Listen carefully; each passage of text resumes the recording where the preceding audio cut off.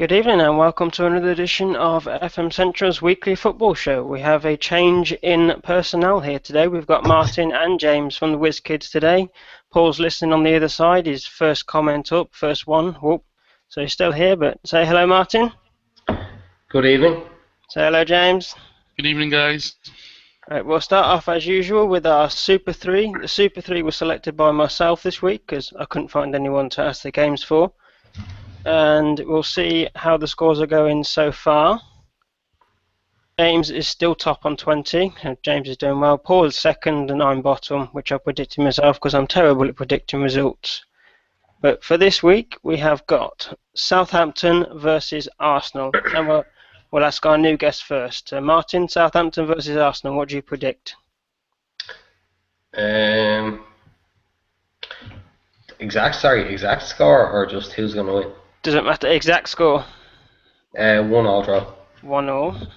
James? I'm going to go for Southampton to get back on track. 2-1 Southampton. 2-1, nice. I'm going exactly the same as that. 2-1 Southampton. The next game is Tottenham-Chelsea. So, Martin? 3-0 Chelsea. 3-0 Chelsea. James? It's a tough one this, with Spurs being back on form. I'm going to go 2-1 Chelsea. 2-1. I'm going to go 2-0 Chelsea. And the final game is QPR-Swansea. Swansea losing 4-1 this evening to Liverpool. So, Martin? 0-0 draw. 0-0. James? 2-1 QPR. 2-1, very nice. I'm going to go 1-0. So we'll see how it goes. Paul will lose a point because he's missed out tonight. This is his suggestion, and then we'll go from there. So hopefully James can catch up over the next few weeks when he joins us. So we'll go on to the first topic, which is Neil Warnock being sacked from Crystal Palace. I think, to me personally, I think it's been quite a harsh sack. I don't know what you think about it, James. Do you think it's been quite harsh to sack at this time of year? Yeah, I mean, he only got appointed in August, so we're not even in the new year and he's been sacked. 12 games, I believe, he took charge. You can't judge someone on 12 games. I don't know if it was the right decision to bring him back in the first place. No, what about you, Martin? Do you think it's quite harsh to sack someone in December? A bit hasty, yeah, but I don't know, he probably realises the error of his ways now. I don't think Warnock's cut out for it. Sorry, the Palace chairman probably realises now he made a mistake in letting Pulis go. And I don't know, like, at the end of the day, if he gets a new manager in, he's going to have to let the manager spend money. So, and that's what his problem with Tony Pulis was, I think. So, I think they've seen their mistake now and they're going to try and rectify it, I think, and spend a lot of money in January to make sure they stay in the league. Well, I mean, they're top of the relegation zone, not that far off. They only need to win a few games to avoid the relegation. We're not far from January. The big speculation, which I'm sure James will know, is Pardew's apparently in talks, but is that going to happen? Are they going to stump up? I think they want $3.5 million to get him. Would you want him gone, James?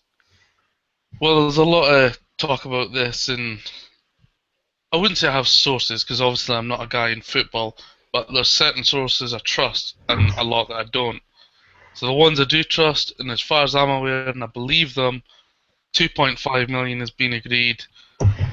He's pretty much gone. The rumours of him being in South London today is nothing to do with going to Palace. He was due there anyway. Not due there, he was visiting there. Him and all the players have a day off today, so don't read too much into that. But he's gone as far as I'm concerned. And quite sadly from me, I'm going to miss him. Although I've had ups and downs like all fans, I fear who we're going to bring in to replace Pardew. Not the fact that Pardew's going. That's what I'm worried about. Is Pardew the man for Palace? Is he going to suit their style of football? The style of football he puts at Newcastle? I believe he's the man for them. I mean, he was at them for 4 years, and he's a bit of a hero at Palace, and I think that's why he's going.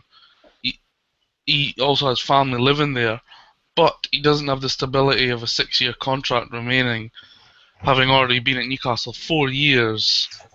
Mike Ashley backing him to the hill, given him money to spend in the window. Obviously, a far superior team in stature and ability. So it's a strange one from Pardew because he's obviously been living in Newcastle for 4 years. So can we take it down to moving closer to family? Football managers can do what they want when they want. So I'm not putting it down to that.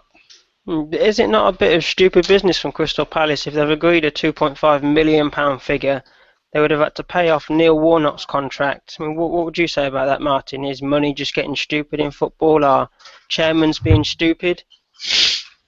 I think they pressed the panic button too early, really. But it's just the way in modern football. There's too much money riding on staying in the league to take a risk, or to take a risk on backing a manager when things aren't going well for them. But it happens all the time. It's not the first, and I'm sure it'll happen again, like before the end of the season, maybe once or twice more in the Premiership alone.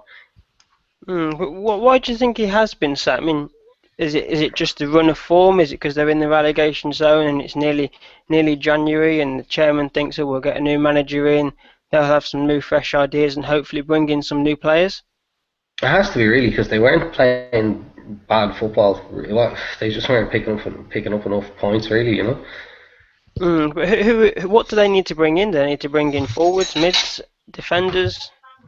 How can they improve? I like their team, and but to be honest, I haven't actually watched closely enough of their games to really see this season who's been what weak links they have in the squad.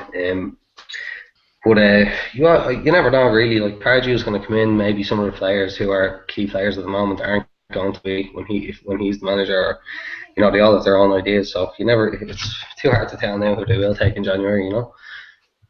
But if they get Pardew, is he gonna have some fresh ideas and bring in some interesting transfers for January? Have Crystal Palace got enough money to spend in January to bring the players in? I think they all have money on reserve, but whether they're willing to risk spending it in case they go down, that's another thing. But Pardew, I've never, I never disliked him like a lot of football fans do, but I don't know. I think he's mad to leave Newcastle. Really, he does have a comfortable there, bar the a lot of the fans' opinions. But I'm just shocked by this, to be honest. Altogether, like if it's rare someone leaves a bigger club for a smaller club, by choice. Well, yeah, I mean, we've got Jake at the side saying if Pardew goes, you get 2.5 million, and you only paid 1.8 million for Musa. Great business by Ashley once again. So. But it also sends a message out to the rest of the Premier League managers. We're banging halfway in the season now. Palace on 16 points. All above them on 6 points. 1 and 2 points above them is West Brom QPR. So if they're pulling the trigger this early, arguably the bottom 5 or 6 teams, any of them could go within the next couple of weeks. It's always that time of year. A manager gets sacked. Excuse me. A manager gets sacked and they've got to come in for January. Personally, I think it's quite stupid to get sacked this time of year because then you've got to come in, reassess how much money have you got, what have you got to change. But that's football nowadays, as James said, it's a trigger-happy game. Yeah, I mean, him coming in, he's not really going to get much chance to evaluate the squad. We're only a few days away from the January transfer window. Obviously, some of the players are not good enough, or they wouldn't be that down low. But without giving them a chance, like what I think every new manager should, he should start fresh. How's he going to know what he's going to bring in without really getting to look at the squad properly? Exactly, that's the... Also on limited resources compared to the 20-odd million he got, whatever, to spend at Newcastle.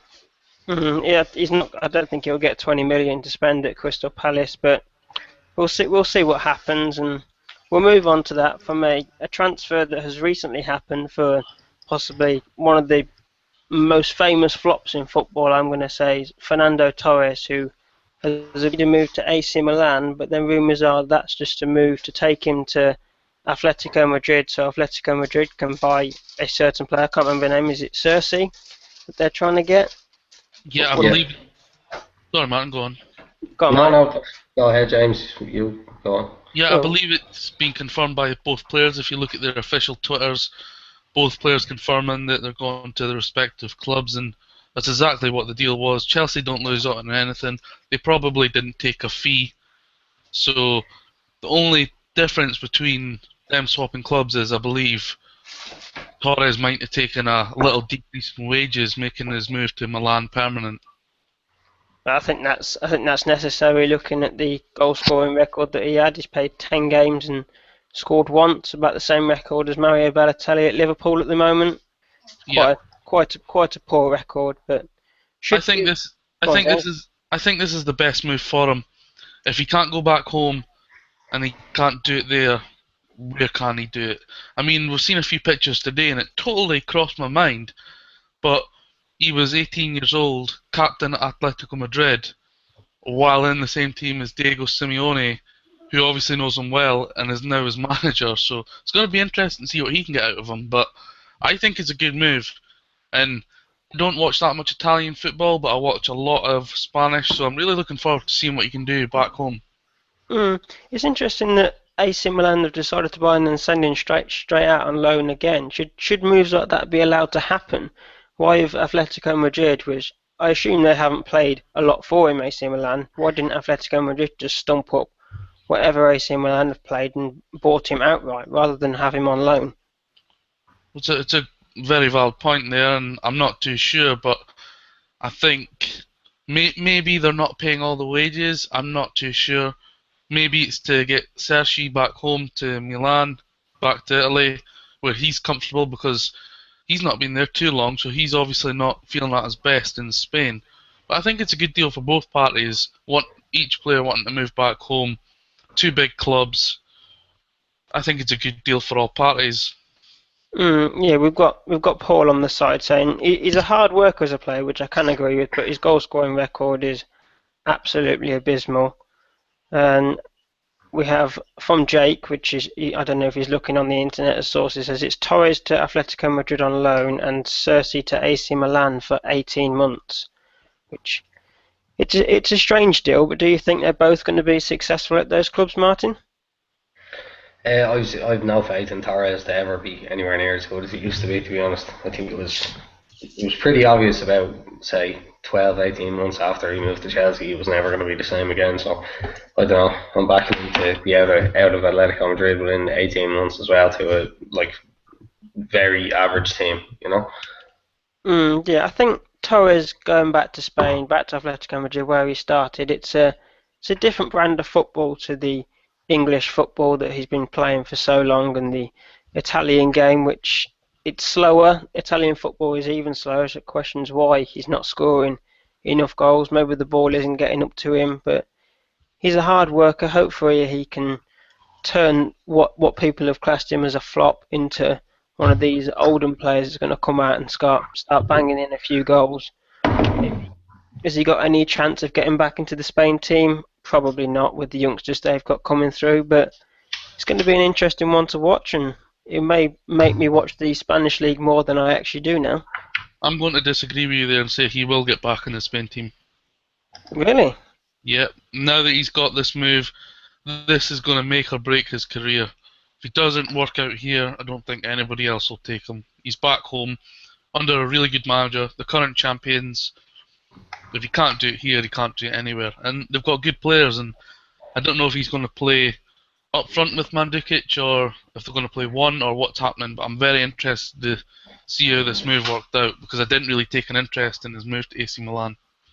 Yeah, it was a very weird transfer, but hopefully he can turn his career around, and we'll keep an eye on it and look at it in the future. But we'll move on to one of the games that happened recently on New Year's Day. That's not even gone yet. On Boxing Day, the Man United Newcastle game. I'm sure you're happy to talk about this, James. How do you think Newcastle played?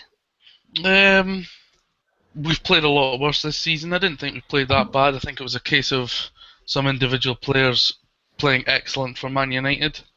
At the minute, Rooney is the new position that he's playing is absolutely unplayable at the minute. He is world class. He's playing out of his skin, and I am really enjoying watching him. He's a joy to watch at the minute. Just think if they took that form to the World Cup. Yeah, he's one of these. He's gone into the midfield and he's playing a very sort of attacking position in the midfield. And in the Newcastle game, he was very, very up and down. It shows in the goals that he scored. But then in the Tottenham game, which is a totally different game, he seemed to be very defensive, and it affected the game. So it shows how Rooney changing position is affecting Man United's total play. What did you think of the game, Martin? I enjoyed both games, to be honest. The draw against Spurs, at the end of the day, all the stuff Louis van Gaal said in his press conference, I think was spot on. We're improving all the time. The Spurs game, Spurs are a top 6 team. It was an away draw. At the moment, beggars can't be choosers. It'd be ridiculous to be, shooting for the league at this stage, I personally think. So I think an away draw with Spurs is a grand result, and beating Newcastle is good too. So I'm happy. I was happy with both games as a Man United fan. Obviously, I would have preferred all 6 points, but I can't complain, to be honest. Yeah, but do you think? I mean, wasn't there? There's a moment in this is a totally different game, but as James is on and a Newcastle fan, should say have been sent off in the Everton game? Oh yes, without a doubt, and it was a real shame to see. Actually, I don't know if it was out of frustration or what, but that is not Cisse. And if anybody knows Cisse as the player he is, obviously not personally, you'll know that's not him. It's very sad to see, and he'll rightfully get his ban, and he's off to the African Cup of Nations in a couple of games' time, so we won't see him till he's back from that now. He deserves it, and it's a shame because he's been our star man recently. Yeah, we had Jake on saying, and the other Newcastle fans, and that you weren't awful, which James has said Man United were brilliant, and they just took advantage of the defensive mistakes, which seems to be happening a lot at Newcastle lately. They had the lovely Mike Williamson, who came back in the Everton game, which I don't know. What do you think of Mike Williamson, James? Do you think he's good enough? Should he be going in January? Oh, he's absolutely terrible. I mean, when he started at Wickham and he went to Watford, and I don't even know how much games he got there, but he's really terrible, and he's not good enough for the Premier League. Definitely not. Yeah, I mean, especially one point I could make was when Everton scored their first goal, a lot of people blame Colaccini, which yes, it is his fault for his positioning, but Mike Williamson has let Aruna Kone, that's who scored, he's let him come straight through like a hot knife through butter and just stood there like, off you go, and he's took it like a Sunday morning stroll. In the Premier League, I would expect a lot better effort to try and stay with your man and not let him score. Yeah, in particular that early in the game, you need to have awareness. You can't switch on. You just started the game, and it doesn't help. He's got absolutely zero pace about him. So even though Coney isn't the best striker you play against, he's got a lot of pace. Yeah, I mean, there seemed to be no partnership in that back two with Colaccini and Mark Williamson. There was like no communication at times. They didn't seem to work together.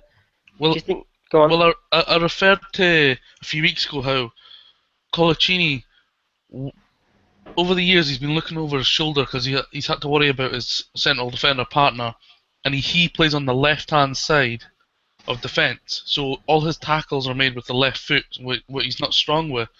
But if you watched him about a month ago in 2 or 3 games, especially against the West Brom away, when he was playing on the right-hand side of defence, he was absolutely brilliant. It was one of the best games I've seen him in a long time. So it just shows the side of defence and central defence that you play does make a huge difference. Also, Stephen Taylor should not have been dropped.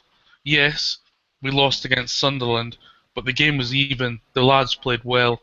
None of them, apart from one, and it wasn't Stephen Taylor, didn't deserve to be dropped. It was a strange move to bring him back, but hey ho, if Pardew's gone, we won't see much of Mike Williamson, I'm sure. No. Would you prefer to him to be gone in January? Do you think he'll actually go? Possibly. I mean, he'll probably join a club like Leicester or Burnley. I can't see him dropping to the Championship because he probably believes he's better than that. But one of those clubs could do with somebody like that. He's a big presence. He's just not matching Newcastle's ambitions, and I'm not being over exaggerating our ambitions. I'm meaning like top 10. He's not a top 10 player. Yeah, I've had Paul on the side saying stop calling him Mark. That's my fault. He is called Mike. That's my bad. Jake said he's not. If he's a Premier League centre back, then so is he. Got an interesting comment here from Paul that Martin can also relate to. Rooney is carrying Mata. Rooney's work rate is amazing, and he gives Mata the freedom to do nothing defensively. Newcastle was shocking, though it was sad to see at times some of the movement. I think lately, I don't know what you think, Martin, I think Mata has been fantastic. His setup of some of the goals and his work rate has actually been a lot better than we've seen in the past. I don't know what do you think, Martin? I'm very happy in general with everything. Seriously, all the players, I think, even Mata, every time he plays, he puts in a very good shift in terms of the actual role he plays in the team and the job they're looking for him to do. You know, like it's clear to see that the players are like they're adhering to the system, and the players with the defensive responsibilities are doing that, and the attacking players who have been given more freedom are not. And I don't think you can blame Mata in that sense. And you know, Rooney is doing an amazing job accommodating him. But I'm happy overall, literally with 1 to 11, everybody's performances at the moment. You know. I mean, it is a matter of stepping up. We know that Mata is not known for his defensive work, and it was probably the reason. Well, I think Jose Mourinho did say that he doesn't get up and down the pitch, but that's the sort of player that Juan Mata is. If Rooney is willing to run up and down the pitch with all that work rate that he has, and you've still got the defensive backup at Man United, why not? Mata lately has been fantastic to me. I think in the future, a lot of people were talking that he's going to go in January. I said not a chance. If he goes in January, who are you going to get in as a replacement? There's all this talk of Kevin Strootman. He's not a Juan Mata type player. To me, he's got to stay. And this Van Gaal philosophy, hopefully now it begins to roll on and we can finish in the top 4. Do you think we'll finish in the top 4, Martin, this year? Absolutely, without a doubt. What about you, James? Think Man United top 4? Yeah, definitely for me. Also regarding Mata, soon as a player has a dip in form, 5 or 6 games, the rumours start coming out. Even more so that we get close to January. He's going nowhere. It's ridiculous. It's all the press trying to get a story out. We've got Paul on the side saying Mata is stepping up. To me, if you look at his recent performances, he's been a lot better than when he started against Newcastle. He was fantastic. Not so well against Tottenham. He seemed to get cramped out the game, but he's a lot better than he was at the start, and he will end up getting a lot better in the position that he's being played in alongside Ben Rooney. Which, yes, he may be carrying him, but in the end, it's working at the end of the day, and hopefully it can work. How do you think the next few games will go for Man United, Martin? I'm hopeful enough. I'm realistic at the same time as well. I think Stoke is obviously a dodgy game. I think we'll kill the Oval. I really do. But no, I'm confident enough going forward. And just say as well, Ashley Young, man, what an improvement. Seriously, for a player that after like about 18 months of being treated to the most diabolical football performances of modern memory, he really has improved immensely. And in saying that, you know, he's putting in like a 7 in every game, and that's great. Like that's efficient. It gets the job done. You know, Valencia is doing the same. I'm very impressed. I really am. Seriously. He's definitely come on, Ashley Young, and he played amazing against Newcastle. But the one thing that really annoys me about him is when he cuts in to try and cross in on his right foot. I'd love him to use his left foot. If you're playing on the left in the Premier League, you've got to have a left foot. That seems to be what is kind of slowing the game down. When he runs down, you've got all that pace, you get down to the wing and then he cuts in and the chances are either gone and he's overhitting his crossing, or the cross is whipped in, it's going into the back post and goes out for a corner. Hopefully that's something that can be improved. Or if he's going to come back, Luke Shaw, when he's finally fully fit, will Luke Shaw go into that position and he's the one who's got the left foot? I don't know, what would you think? Would you prefer Luke Shaw over Ashley Young at the moment, Martin? I'm not sure. Well, yes, because I always want to see young, exciting players, and I really grew such a dislike for Ashley Young over the last 2 seasons. It's literally only the last 6 or 7 games I've come around to not hate him so much, really. But no, I'd have Shaw all the way. You know, the more games he gets, the better. He's going to be a top player in the future, and the more he plays, the quicker we'll get there. We hope that. I mean, another young player that I'm hoping can improve, and he looks very shaky at the moment, is Paddy McNair. Obviously, he had his confidence knocked when he came off against. Who did he get? He got dragged off before half time. I can't remember which game. Massive knock to his confidence. And in the 2 games that he's played against Spurs and Newcastle, he looked very, oh, if I make a mistake, I'm going to get pulled off. Some moments where he was just either getting past the ball and booting it long. Do you think the future's bright for Paddy McNair, or is he just not cut out for Man United standard? No, I think he'll do well in the future. Not at Man United though. I actually believe the papers that I think we're going to spend so much money in the summer. I believe the papers that the likes of Blackett, McNair, maybe not Blackett because he seems to like him, but I think there's 4 or 5 of our youth players who have featured in the first team this season. Their contracts expire at the end of the season, and I don't think they're going to get renewed.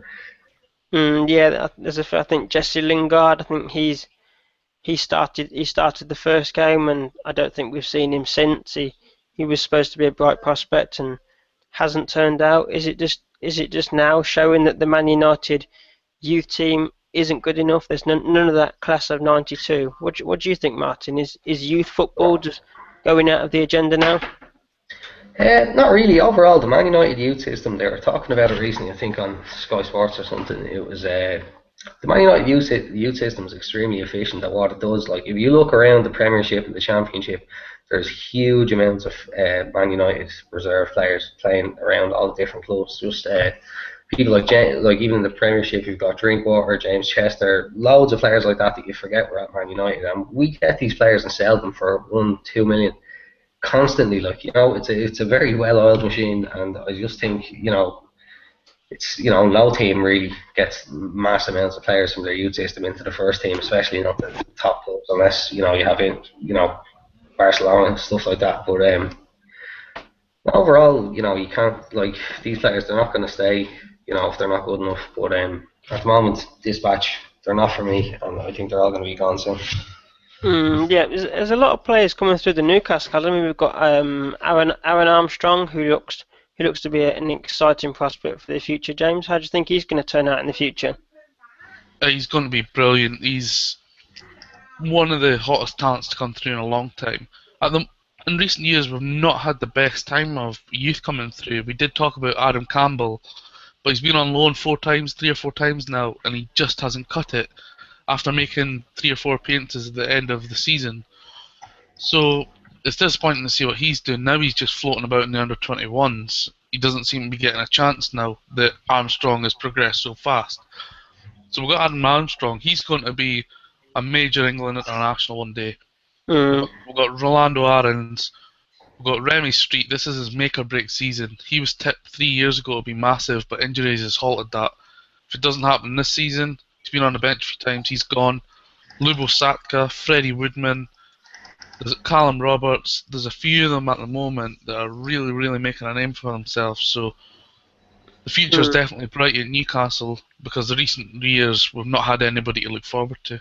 Yeah, is Curtis Good? Is he managing to get anywhere, or is he just? Is he 21 now? Or 20? I know he's not very old, but is he going to be put out for Newcastle in the future? He's been with us for a couple of years now, I think, year and a half or something, and I've only seen him play maybe 5 or 6 times, and then on loan at Bradford. He's really, really good, but he's just unlucky with injuries. He's always injured.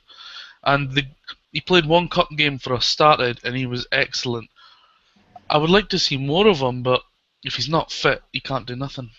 Yeah, I mean, I'd be interested at any viewers watching. What are the young players in your youth team are you looking forward to seeing in the future? Because reading earlier on the BBC that one of the FA officials for the English FA came out that England are lagging behind Germany in youth development, which you can see it in the World Cup team that Germany put out. A lot of them came from their under 21s. England are now dragging behind. There's a few players that were tipped to be amazing players in the future. Jack Rodwell, who went to Man City, didn't get played. He's now at Sunderland. Nick Powell, who was tipped to be something for the future. He's not very old, so hopefully he can turn things around. He's being sent back from Leicester to Man United, and rumours are he's going out on loan to Bolton. Jack Butland, where is he now? Is he still at Stoke? Is he out on loan? I'm not sure. He seems to have. He's on loan at Derby. On loan at Derby, and that's where he is. And is he playing? Yes, but it's just a Yes. short. It's just a short-term loan. So, I mean, what is happening? What do England need to do to change their youth systems to catch up with Germany? Well, personally, I think they get big moves far too early, such as Butland. As soon as he was there, he was talked about going out on loan. Jack Rodwell, he brilliant at Everton, big loan. Yes, he got injured, but he was never really going to get involved in the City first team. Nick Powell, big move. He should have went back on loan to Crewe for 2 seasons at least to develop his game. Another one, Scott Sinclair. He was an exciting player as a talent when he was younger. Went to Chelsea from Bristol Rovers, farmed out on loan. Plays well Mm, for Swansea. Now at City doing nothing, and nobody will really take him in the Premier League now. But yeah, yeah, I mean, is it? Go on, James.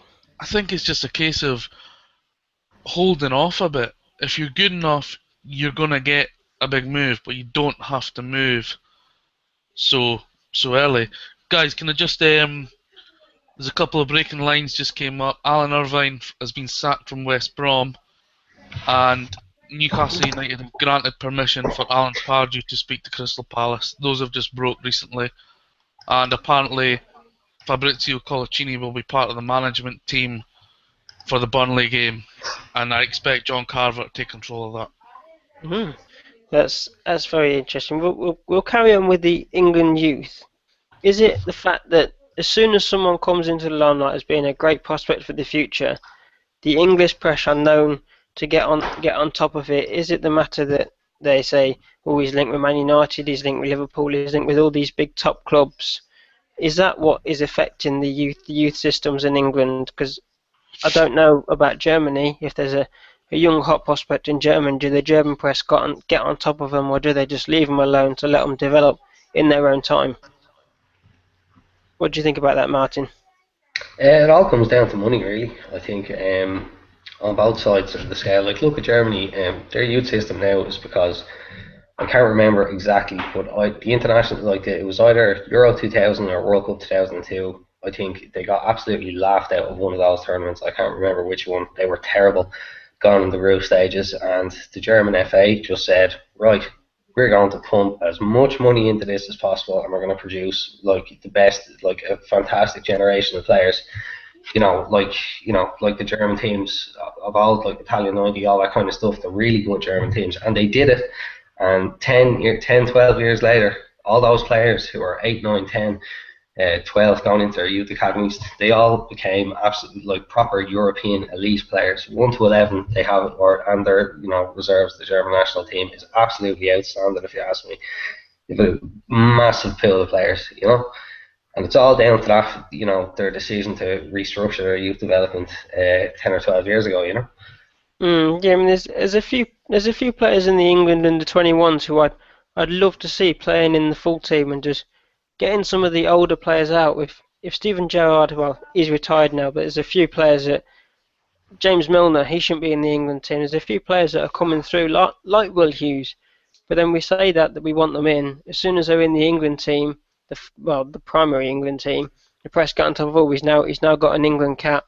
Are the likes of Liverpool who've been linked with him, Man United, Arsenal, a few top clubs abroad, that gets on top, and that possibly affects their development.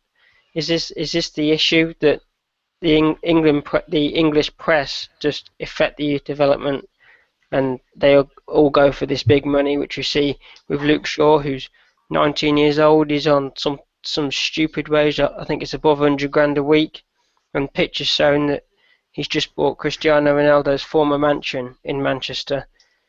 Is, is it just getting stupid, the youth development, and it's affecting the English team? James, what do you think? Yeah, I think it's ridiculous. The media play a huge part, and they don't help at all. They put so much pressure on young players at a young age, and they play a part in pushing players' price tags up, I believe. And also, like you say, Luke Shaw on 100 grand and buying mansions like that at that age. Yes, we all seen what massive talent he was at Southampton, but he has proved absolutely nothing yet. He is not Man United quality as it stands. Of course he will be. I've already said he will go on to become the best left back in the world. But he has not proved anything yet. That's what he can become. It's ridiculous. What next on his new 5-year deal in 2-3 years' time? 150 grand, 200 grand? He'll be a multi millionaire by the time he's 22, 23. It's ridiculous.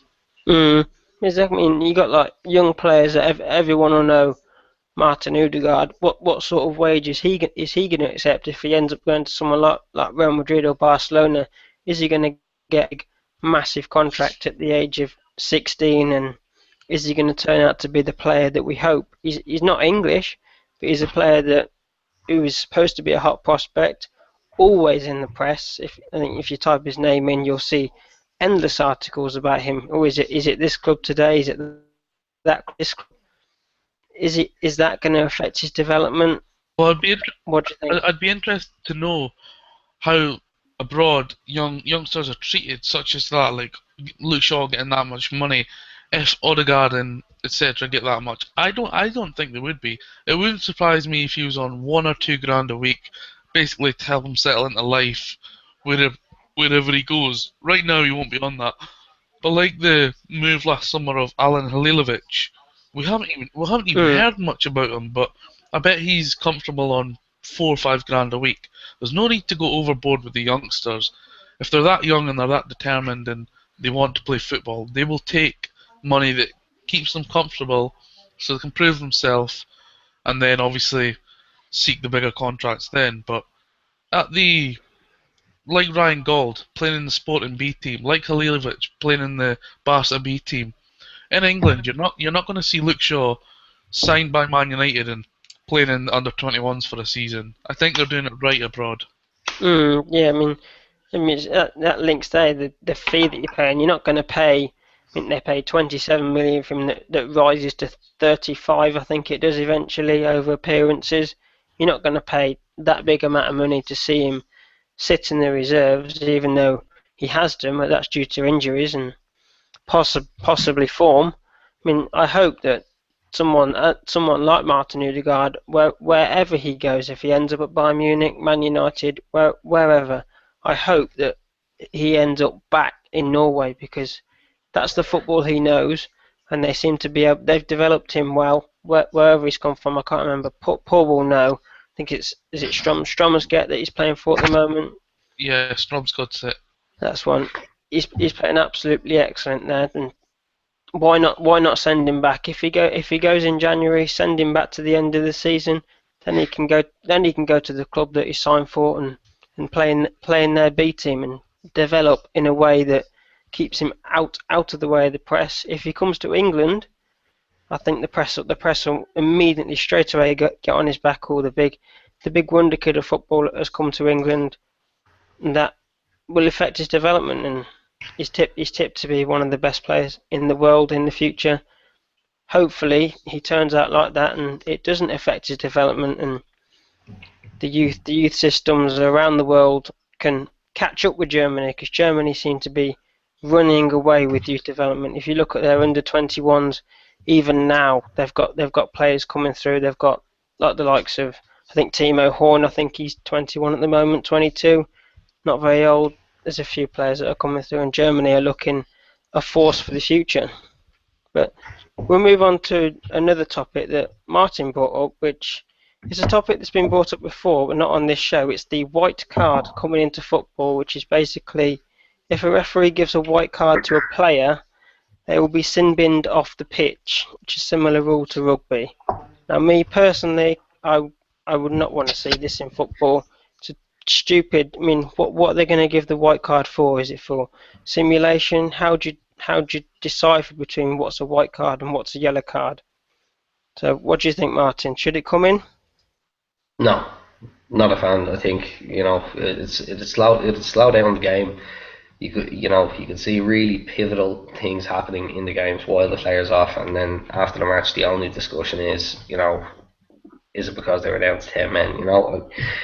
I wouldn't be a fan, to be honest. What about you, James? No, I totally disagree with it. The yellow card gives you enough warning. You don't get booked for anything, you have to commit a couple of fouls unless it's really bad. So I think that Mm. gives you enough warning to know that you're not far from a red if you keep going. I don't agree with it. No chance for me. I mean, the issue is how do we know? From what I've read, and I read up a little bit before, that the white card is going to be given if players are diving, if it's a foul but it's not a malicious foul with intent. So the white card, and how long do they go off for? I mean, I'm not a massive fan of rugby, but what happens with the sin bin? How long do they go off for? Does anyone know? I don't follow rugby, so I'm not altogether sure. But when I was watching it on Sky Sports News, they were talking about Platini, like his idea and all. They said it was going to be for 5 to 10 minutes, one or the other. But there's a long way to go. It could be. I think even if they were to pass the idea, it could be like 5, 6 years before it actually comes in. You know. But Mm, I don't think it'll happen personally. You know. But no, in it'll general, cause too much controversy, and it'll just be something for managers to talk about, saying that it shouldn't have been a white card, it should have been a yellow card. There's no way to decipher between what's a white card and what's a yellow card. In my opinion, it's a ridiculous scheme, and if it comes in, it's going to make football stupid. Mm. Could you see it working at all, James? For me, it's an absolute 100% no. I don't even get why the idea has been brought up. Totally different sports. I mean, we have taken the goal line technology, of course, and well, yeah, that's worked, but I don't agree with it. There's no need to change rules like that regarding cards. I think it's fine the way it is. If a player's silly enough to dive, and then that's their fault, and they're going to get punished. But what I would like to see changed is when players are booked for diving, but they actually don't dive, and it's quickly looked back on camera. If some way during the match they could maybe rescind the yellow, I know it would be very tricky. How do you let everybody know, right, your yellow's been taken back? But or even after the match, like rescind the yellow for diving if they actually didn't dive. Mm, I suppose. I mean, it's all a matter of if there's a dubious goals panel, should there not be a dubious yellow cards panel for after the game when someone can look at it? If someone's got the time to look, if someone has deflected the ball into the goal and they can award it as an own goal, why can that panel not get together and look at yellow cards that possibly weren't yellow cards, or possibly happenings in the game that could have been a red card or yellow card, like we see with Cisse? He's been given a fine for his elbow to the face. They've got the time to do that. Why can they not do it for yellow cards? Rather than this white card coming in, why can't it not just come up after the game, and then there's no controversy, or more controversy, say, because there's always controversy in football. But we'll move on with the major news that has come out, because Paul's requesting it, and James announced it earlier that Alan Irvine has been sacked from West Brom. What do we both think about that? Is he deserved the sacking, Martin? Uh, uh, I suppose if again it just all comes down to results, and they weren't good enough. And his squad selection, just the last few games especially, I know he's trying to keep Berahino level, on his feet on the ground. But to drop him, he had him in and out for the last 2 or 3 games or something. Just I'd have him up front all day long. So now he deserves to be sacked, if you ask me. Yeah, James, do you think he's deserved it? Again, it's very harsh. It's very early on, but from what I read, he's not the best of managers, but he's a world-class coach, is what I believe. And if you have him on your team at the training ground, he's a good to have around. And obviously, he's got a brilliant reputation with the youngsters. But like I said only 20 minutes ago, with Palace sacking the manager on 16 points and a couple of teams only 1 or 2 points higher, like West Brom are 1 point above, it wouldn't surprise me if other managers got sacked and they're 20 minutes later were breaking it on the show. So it just shows you. I think Burnley and Leicester are going to give their managers a lot more time, at least another 10 games. Burnley, I think they'll keep their manager if they go back down. Leicester, I'm not so sure, but they're the guys that got them up, so they're the guys that'll try and keep them up. Yeah, I mean, I know a lot of the fans have been possibly calling for Pearson to go. There's one fan that I know doesn't want him to go because they've bought him up in the Premier League. It is a tough game. A lot of fans saying that the transfer business hasn't been good enough, but recently they sacked their director of football for the transfer business. So did Nigel Pearson have any say in those transfers? And if he's sacked for that, that's kind of unfair. We've got Jake on saying that it's unfair. Didn't think he was doing that bad. He was head coach, meaning he picked the team and not the transfers. Unfair in his eyes. And this is the issue in football now. This head coach thing. I've read a lot of this on Football Central that he's a head coach and he doesn't pick the team. Would you class someone like Alan Pardew? Is he the head coach of Newcastle or is he the manager of Newcastle? Because he doesn't seem to have much say in the transfer, James.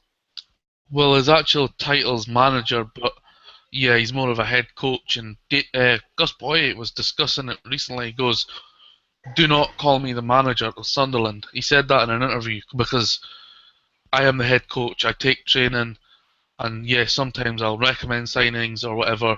But the manager deals with all that. The manager gives you 100% yes, I want to sign him, or no. When you're the head coach, you have to work with your team, and that's what he also said. He goes, I have a team that tries to recruit players. So obviously there's a little say if you're head coach, but manager means you're the decision maker. I don't like it at all. Outside of England, it doesn't really fuss me, but in England, for me, you have to be the manager, or you're not the manager. Simple. It's just this director of football. If a director of football goes out, gets a player, signs the contract, and the manager actually doesn't want that player, and I'm sure that must have happened at some stage.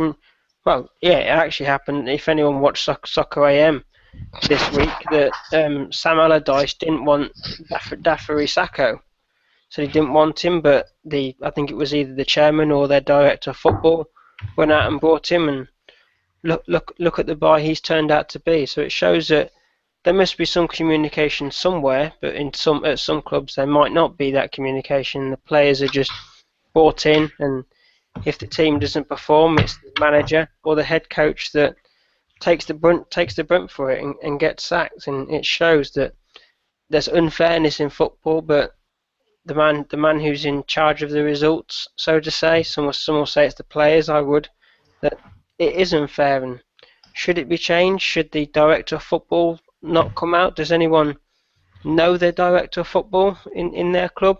Don't Newcastle have a director of football? Well, they've got a managing director whose name's Lee Charnley. I think it's mainly European-based clubs that have got director of football. But as for West Ham, I think it was David Gold that actually trusted his own instinct on Sacco, and it can come off. But then again, if they sign somebody, it doesn't work out, or he's not performing on the pitch, they obviously can't pile the pressure on the manager as much because they're the one making the signing. So in that instance, it worked out. But let's say David Gold of West Ham signed, I don't know, any player.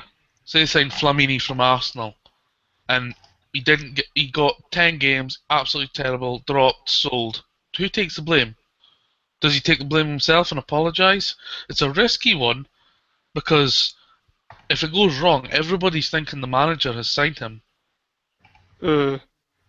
It's the same at Man United. I think it's we have Les Kershaw, who's one of the main scouts, and the managing director. I forgot his name. What's his name, Martin? Can you? Ed Woodward. That's the one, Ed Woodward, who seems to do a lot of the transfer activity, bids in for the players. But now that Louis van Gaal has come in, he seems to. I want these players at least. There's a lot of rumours, which we'll go on to transfer rumours now. There's a lot of rumours of Kevin Strootman coming to Man United. Would you accept that move, Martin? He's a very good player. The money being quoted is scandalous, but because he is another player who realistically has not proved anything, overall in terms of winning the really big competitions and performing in the huge high profile international games, and by international I mean like just global audience wise, not actually specifically for Holland.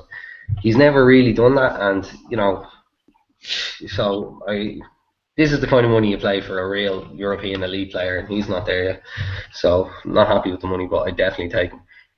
I'd definitely take him, and the issue is in Man United, they don't have the Champions League football, the Europa League football yet, so if these players are going to come, Man United are going to have to pay.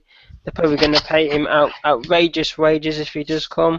There's all the rumours of Matt Hummels and a £45 million release clause, and Van Gaal is rumoured to say that he's willing to pay it. If he comes, he's going to be on outrageous wages. So it will take Man United's wage bill up. There's all transfer rumours, which it's all going to be Man United because they know that there's all this rebuilding that Van Gaal has said is going to take 3 years. I'm hoping it doesn't, but we'll see. Have you heard much of transfer rumours for Newcastle, James? Not too many. As it stands, I just know that we're looking for another striker. Of course, we're going to be short of Papi Cisse and Cheick Tiote. I'm not so for the African Cup of Nations. I'm not so worried about Tiote, but we need to get one in for Cisse being away because we're relying on Riviere, who hasn't done nothing since joining, and Adam Armstrong. And as much as I'm a big fan of him, it's very young shoulders to put pressure on. So I believe a striker is our first option, and now what looks like we're going to have a new man in place to make that decision, and he's going to have new ideas. So it'll be interesting to see what goes on there. But that's all I've seen so far. Just we're looking for a striker. No names really. Danny Ings was the only name that popped up. Yeah, I have read that. You've got the players going out on loan, Cisse and Tiote. Would you want players to be bought, or would you want just a loan, somebody on loan coming in? Would there be someone that would be spring to mind that you'd want to come in on loan? No, I'm totally against loaning players in now, especially in January. I mean, Facundo Ferreira meant to be good. He's made 1 or 2 appearances for the first team this season, and he's been fit all but 2 weeks. So he's not been anywhere. Whether he's good enough or not, we don't know because we haven't seen him. But if Pardeau's not picking him, there must be a reason. So I'm against that. I would actually send him back. I would love us to sign someone the mould of Loic Remy. Obviously, he's just joined Chelsea, but a big presence like that up front. Yeah, we've got some other rumours down here, like West Ham's Winston Reid and Aston Villa's Ron Vlaar to Arsenal. I couldn't see Winston Reid at Arsenal, but I could see Ron Vlaar possibly. He's been linked with Man United in the past. What would you say about that? Is that Ron Vlaar at Arsenal? Yeah, Ron Vlaar at Arsenal. Whilst I agree it would be a good signing, I don't know if it's worth signing somebody of that age. I think they could go for somebody a bit younger and have him for a lot longer. Or is that just a short-term fix? Exactly. I mean, I've seen another rumour for Man United. I can't remember where it was. That who's the young Atletico Madrid player that plays at the back? Almec Lamport. He's French. That apparently he's got a £33 million release clause, and Man United are willing to pay that. Is that an outrageous amount of fee? He's tipped to be a very good player on Football Manager. But is he? I've not seen much of him in real life. Have you seen much of him, James? No, not really, to be honest. I have heard of him, but to be honest, he's not a name that you hear very often. So I don't know how good he actually is. But as far as signing centre backs go, everybody always talks about the first one being Hummels. So apart from that, where else are you looking for someone that's quite young, strong, solid, and you know what you're getting? Yeah, I mean here's another one here. Former Chelsea player Kevin De Bruyne, who says he won't be moving to Man City or Bayern Munich.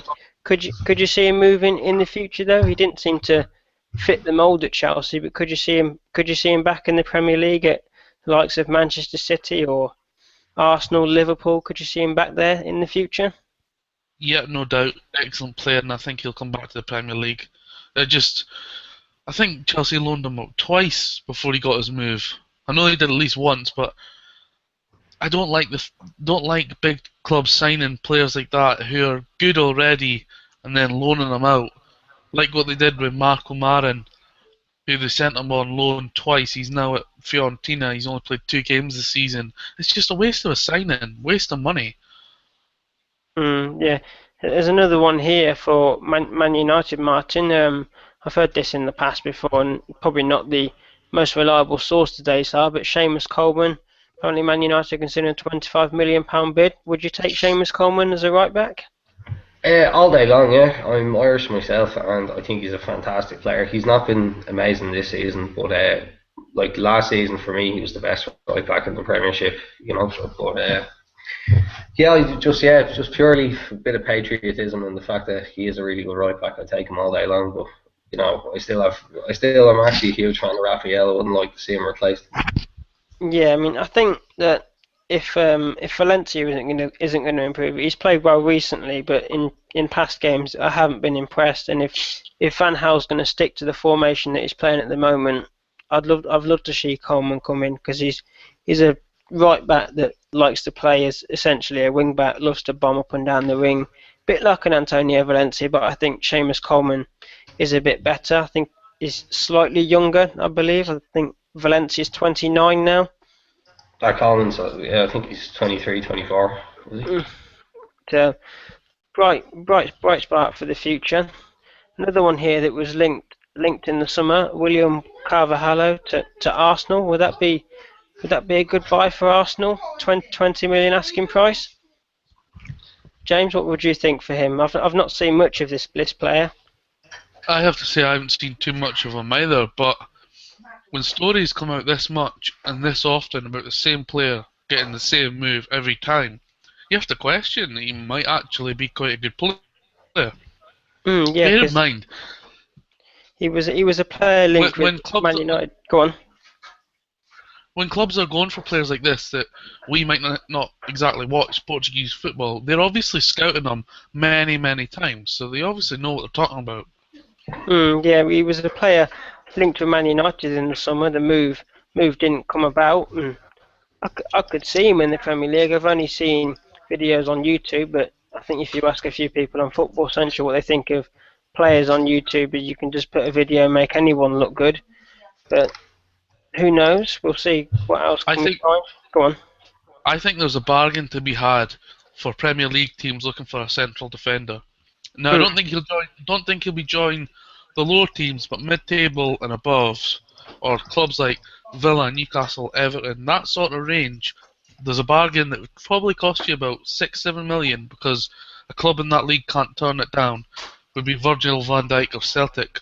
I think he could be a bargain if a team wants him. Yeah, he's a player that I have actually seen a lot of in Scotland, and I'm sure if someone like Ron Vlaar does move and Aston Villa get enough money for him, then they could put that money towards a player like that, and bright player for the future. Kind of fits the mould at Aston Villa. He's not going to ask for much wages. We know Aston Villa are on a wage cap that they always go by.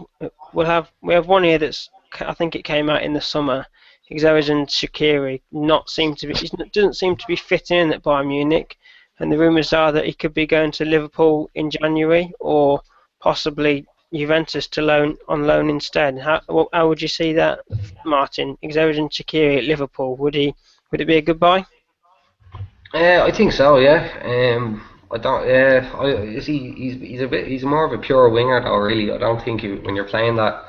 When you're playing the three up front, I think you're looking for more of an inside forward kind of wide player, and I don't think he's exactly that. And I think that's like part of the reason he's not getting a look in at Bayern Munich, even though he's a very, very good player. Or actually, to be honest, I haven't followed him the last 2 or 3 months, but from before that, he really wasn't getting much game time. Yeah. I've just been told by Paul that the Al Mitlan report is from Bilbao. And we have Sterling should have been sent off tonight. Did anyone see the Liverpool game? Just short thing while we finish. Should he have been sent off?